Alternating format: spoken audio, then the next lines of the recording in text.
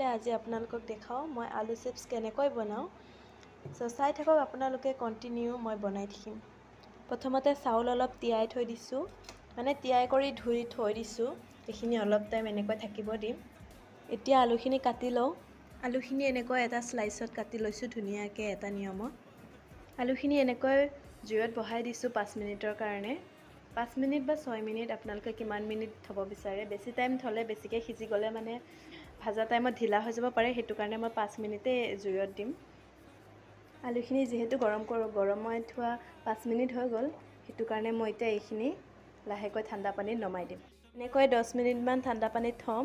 আলুকেইটা শুকান কাপোৰত এনেকৈ শুকাবলৈ দিম। অলপ এনেকৈ বহলাই থৈছোঁ। এইপিনে চাউলকেইটাকো অলপ পানী শুকাবলৈ কাৰণে এনেকৈ কৰি থৈ দিছোঁ। চাউলখিনিও গুড়া কৰি ল'লোঁ মই।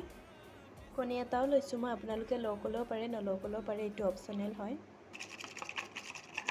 গাৰ পানী যিহেতু অলপ অলপ শুকাইছে আলুকেইটাৰ। এইপিনে তেলো মই দি দিলোঁ গৰম হ'বলৈ কাৰণে কেৰাহীত। কণীত থৈ দিছোঁ, কণীৰ পৰা উঠাই ইয়াত লগাই দিছোঁ। তেলত দি দিওঁ।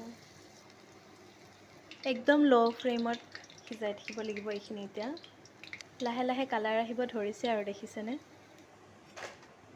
ইমান ধুনীয়া কালাৰ আহিছে দেখিছেনে?